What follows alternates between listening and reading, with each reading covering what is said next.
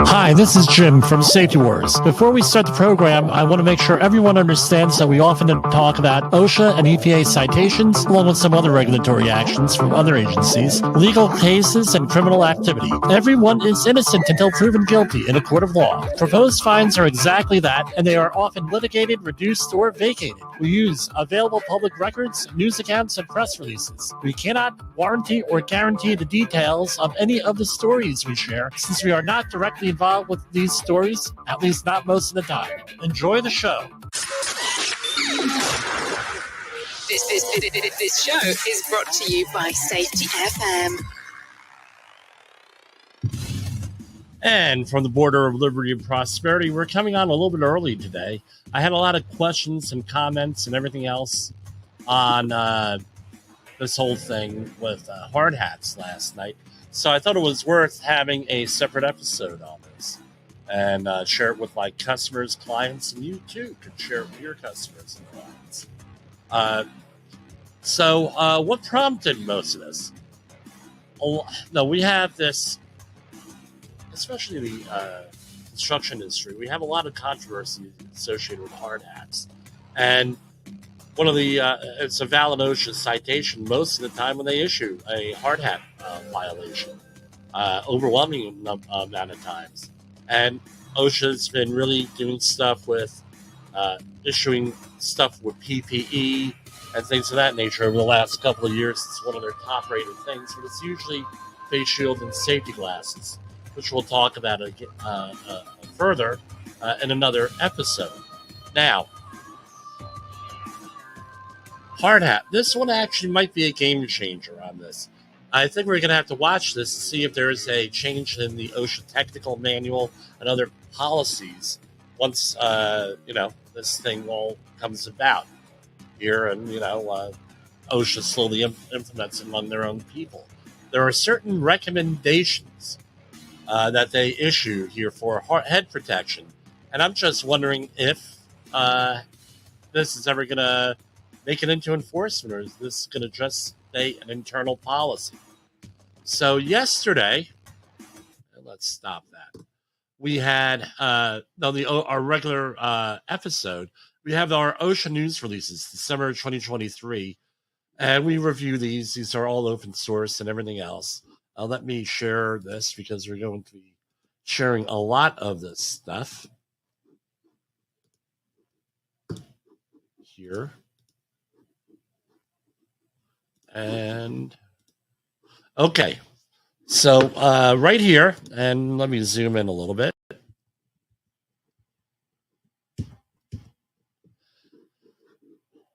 Okay, let's see, make sure everybody's seeing that. Yes. So OSHA announces a switch from traditional hard hats to safety helmets to protect safety agency employees from head injuries better. And here's the release here. OSHA announces, this is yesterday, December 11th, OSHA announced a switch from traditional hard hats to safety helmets to protect agency employees from head injuries better. I might have chosen a little bit, right? Better title here. It's a little bit wordy. But anyway, the U.S. Department of Labor's Occupational Safety and Health Administration announced that the agency is replacing traditional hard hats used by its employees with more modern safety helmets to protect them better when they are on the jobs. Now, there's some key data in here that if you're a safety professional or anyone responsible for safety, you have to take a look at here. In 2020, the Bureau of Labor Statistics reports head injuries accounted for nearly 6% of non-fatal occupational injuries involving days away from work. Almost half of those injuries occurred when workers came into contact with an object or equipment, while about 20% were caused by slips, trips, and falls. Now, we were recently cleaning out my mom's house, and we came across this. This is probably, and I don't have a date on here, pardon me, I hit the mic. Probably from this is after 1945, roughly. Probably right after World War II. This was from the previous owner of the house, Irving Hutt and Mildred Hutt. Right, their children. A little bit of a trivia here. Were exhibits on Coney Island for the first incubator. So when you can look it up on the history book, in the history books. But anyway, metal hard hat is what we're looking at. We still had some of the internal structure which cushions the head, right? And then we go on to our modern hard hats. So I know, hey, Jim, that's all full of stickers. You're setting a bad example. Okay, great. But here we have, often the way that jobs work is that you have to have stickers on the hard hat to verify you're supposed to be there for security as well as training purposes, right? And now they come in all different types of styles. My company, my firm, prefers the red ones on that. So what OSHA is suggesting is that everybody go and their thing, and this is a little bit of an older model. There are better models out there now. I shouldn't say better. I should say more advanced here. Hopefully we'll be covering some of that in the future. And this is what they're requiring, is this with a chin strap. All right. Now, the difference is this. In price. For this, a traditional hard hat, you get on that website that's named after the river in South America. You could go out there and get a hard hat anywhere from $10 up to $150. The helmets are running in at the upper 90s, upper lower hundreds usually. You may be able to get a better price on them with this. So what they're requiring is a helmet style with this. And I've been wearing this one for about 4 years now whenever I'm working at height or in the maritime environment because chin strap. Now, something to point out here, right? And we're going to go into letters of interpretation in a minute here. And they're actually really critical here with this. So what does OSHA say, at least officially, in the regulations? We have 1926-100, which is the construction industry standard here. Employees working in areas where there is possibility of danger to head injury from impact or from falling or flying objects or from electrical shocks and burns shall be protected by protective helmets. And it goes on and on and on and on with this. And this is an important one, too, because some of these helmets do not have an ANSI standard. They have a European standard that's in excess of the ANSI standard. But OSHA will deem any head protection device that the employer demonstrates is at least as effective as a head protection device, constructed in accordance with one of the consensus standards identified in B1 of this section to be in compliance with the requirements of this section. So B1 is... Right, let's see.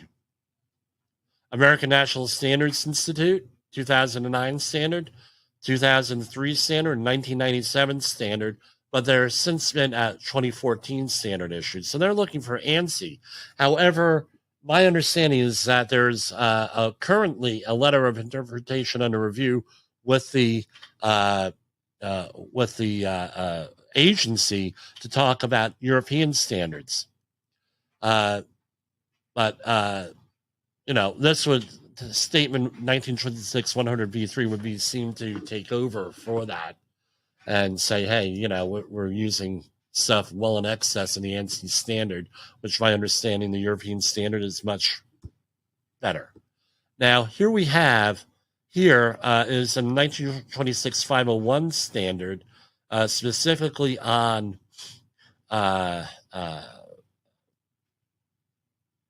and the fall protection standard, 1926-501C, falling from protection from falling objects. When an employee is exposed to falling objects, the employer shall have each employee wear a hard hat. And again, hard hats, like all PPE, are not an end all and be all. You have to have other things in there. So you have to go through that hierarchy of controls that we always talk about. Eliminate the hazard. And substitute, a less hazardous thing for a more hazardous thing for a less hazardous thing. I was mixed that up, how to say that, but you want to make things more safe. You want to have some type of engineering control, administrative control, PPE as being the last. So just because you're wearing a hard hat does not mean that it's okay to do all different crazy stuff to put your head in the line of fire or to have overhead hazards. That's not what that says. And it has all this stuff: erect toe board screens, some guardrails, erect the canopy structure, barricade the area as to which objects could fall. So some type of barricade. You can go and read the whole thing yourself. I'm not going to read it word for word. Now we have other regulations here that are with us. Here we have the 1910-135 regulation under general industry. The employer, and this basically says the same thing as 1926-62, I think almost word for word with that. So, again, you have to have some type of an assessment done. Here we have in the maritime environment, in shipyards, you have to wear a protective helmet when working in areas where there is a potential for injury to the head or fall from falling objects on here. And basically the same thing. Got to wear a hard hat.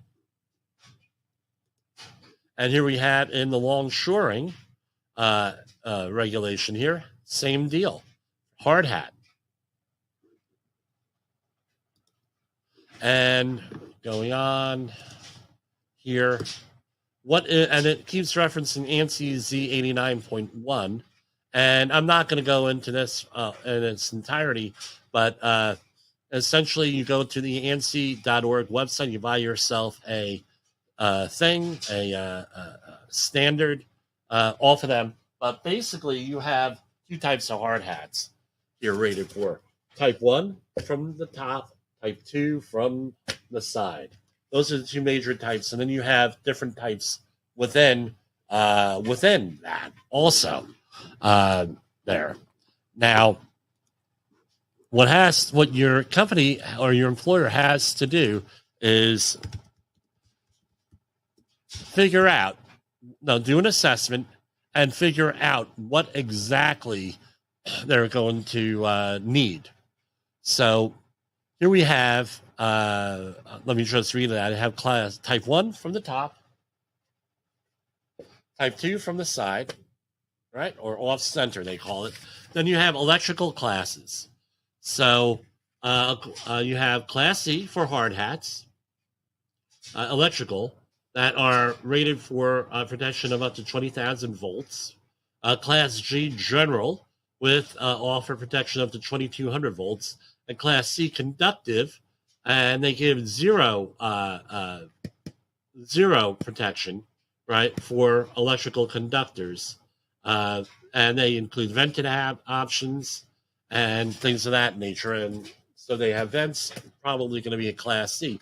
But you need to figure out, and more importantly, get your procurement people on the same page on what's going to be appropriate and not appropriate for what they're doing. Now, this was what they referenced yesterday. Let me pull it up. This was from the 22nd of November. Let me share this.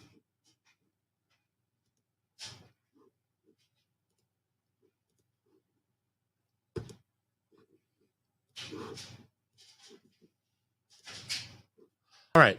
So here we have, and let me make sure this is looking right here. All right.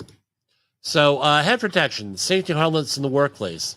Safety and health information bulletin. Workplace safety equipment, including head protection, has evolved over the years. As industries strive to enhance workers' safety and reduce the risk of head injuries, more advanced and protective modern head protection, safety helmets are replacing traditional hard hats. The Safety and Health Information Bulletin and the SHIB, right? Safety and Health Information Bulletin presents the key differences between safety helmets and traditional hard hats, describing the advancements in design, materials, and protective features that help to protect the worker's entire head. The SHIB also provides instructions for properly inspecting and storing head protection, whether it be a safety helmet or a traditional hard hat, with a thorough understanding of the benefits and capabilities of head protection options. Employers and workers to make informed decisions on which to use. Going through here, the significance of head protection in hazardous work environments cannot be overstated.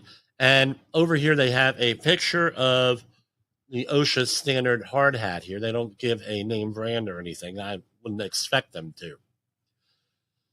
For decades, traditional hard hats have been the go-to choice for protecting workers' head. Made of rigid materials like high-density polyethylene, traditional hard hats provide a basic level of protection. However, as technology and scientific understanding of head injuries have advanced, safety helmets now provide further improvements to enhance workers' safety and to reduce the risk of severe head trauma. One of the differences between traditional hard hats and safety helmets lies in their construction materials. While hard hats are made of hard plastics, safety helmets incorporate a combination of materials, including lightweight composites, fiberglass, and advanced thermoplastics.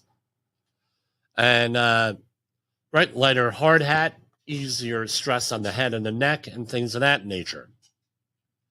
So determining when to use, so here we go, more statistics.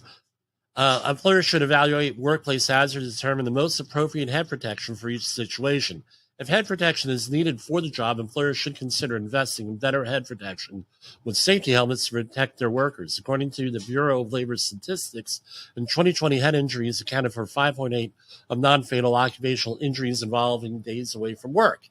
Determining when to use a safety helmet on the job. Employers must conduct a hazard assessment at their job sites and based on the workplace hazards, determine whether head protection is necessary. When head protection is needed, employers should consider using safety helmets instead of traditional hard hats. Right?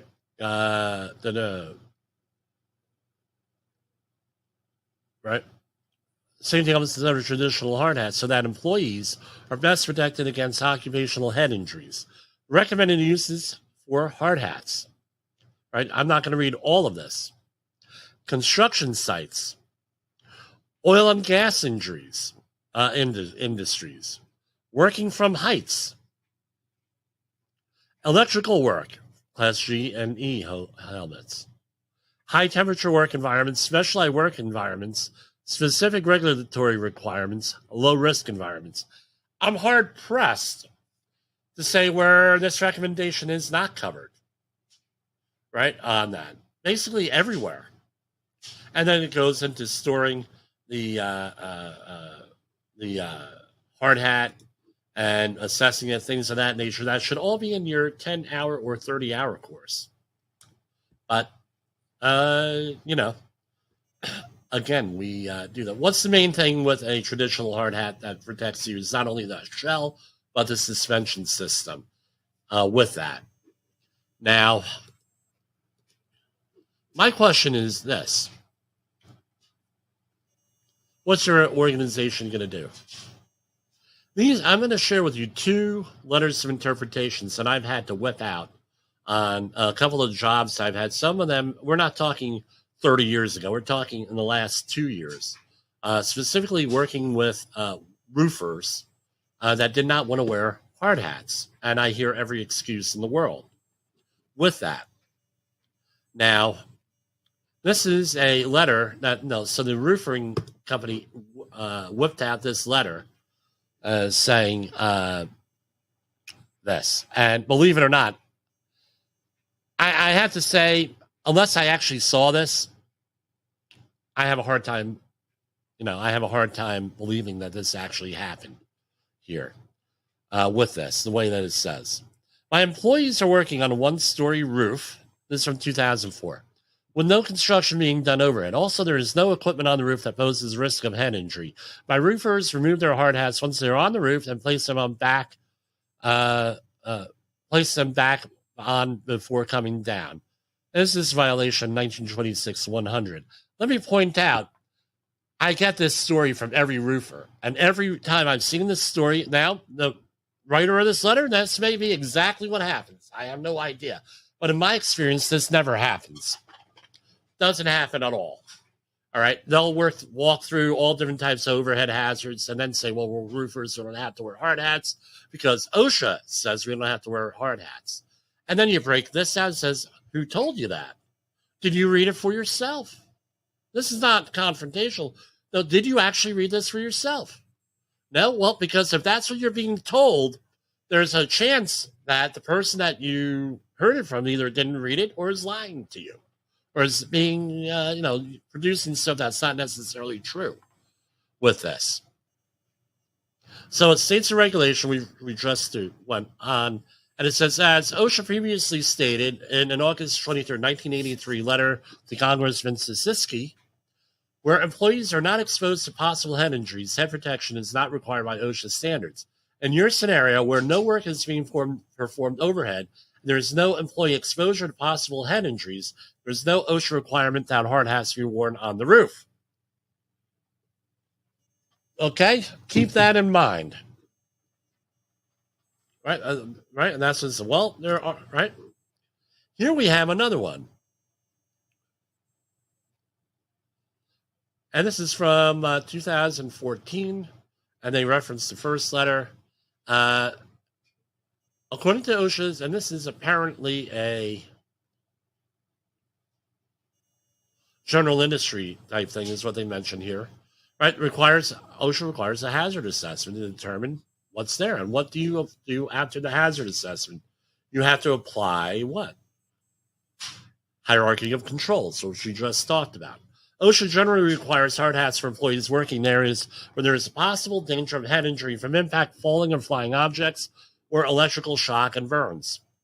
OSHA's general industry standard in head protection states, respectively, do not require workers wear hard hats where there is no risk of head injury, and it goes on and on and on. All right? And this specific letter was about heat stress, and OSHA, even back in 2014, recognized that there was no heat stress standard, and they included all different types of things going on there, right? For recommendations and saying, general duty clause, that sort of thing. This is what they, I'm drawing an inference, but it's what they're implying here on this. Now, in the light of the recent press release, this is why these trade releases and press releases are important. Here, I'm going to highlight this. Let me make sure we can see this online easy. Okay, let me zoom in here. Okay, that's better. Almost half of the injuries, right? In 2020, the Bureau of Labor Statistics reports head injuries accounted for nearly 6% of non-fatal occupational injuries involving days away from work. Almost half of those injuries occurred when workers came into contact with an object or equipment, while 20% were caused by slips, trips, and falls. So I knew about this back in 2020 when this became an issue 3 years ago, because I've read these things. That's even back then. Yes, I have a very exciting life here with this. I know I always get that comment. But what this comes down to is this. This says, where there is no employee exposure to possible head injury in one letter interpretation. That was from 2004. In 2014, here, right, it references the 2004 letter on that, right, with OSHA generally requires hard hats for employees and everything else. So when there's a hazard to the head. So according to OSHA's own paperwork here, you can eliminate all the overhead hazards. But if there's still a slip, trip, and fall hazard on the job site, you still have to wear a hard hat. Now, I'm going to ask you this.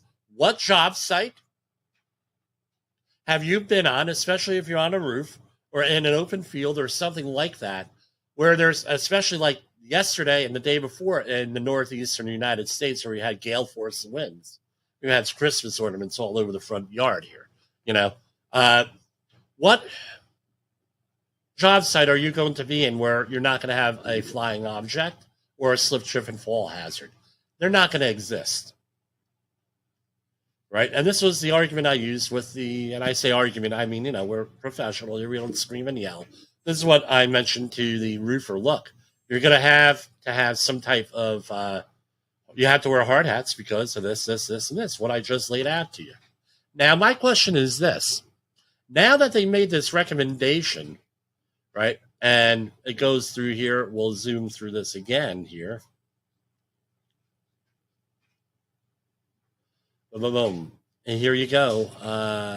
The agency recommends safety helmets be used by people working at construction industry, the oil and gas industry, all this other stuff. What if you go, how's this going to work out in the technical manual here? They start citing people for head protection. Do we all now, was this like a backdoor way of maybe getting a regulation through without regulatory review? I question. Bypassing the regulatory process? I don't think that they're devious like that. There are people who are devious like that, but I just have to wonder out loud. So what's the message for the people I work with? After I'm done with this video, we're going to be sending out a copy of this to all my customers saying, look, this is the policy, and you may want to consider it in writing all your plans, but my recommendations are going to be what OSHA's are, that everybody wear hard hats, wear the helmets rather than the hard hats. That's what it is. So for Safety Wars, I hope this was useful. Hopefully this will start a conversation in your organization here with this. Now, one thing that's, right, let's talk about this also. I didn't mention it. What if you're involved in a lawsuit with a head injury? You think they're going to break out this recommendation? I think so, right? And just something to think about. So I hope this was useful. I will be seeing you a little bit later on tonight's program. We're probably not going to be on Safety FM. I have a meeting, but we will release the program on the podcast and also on YouTube and all the other video streams. For Safety Wars, this is jimpoesl.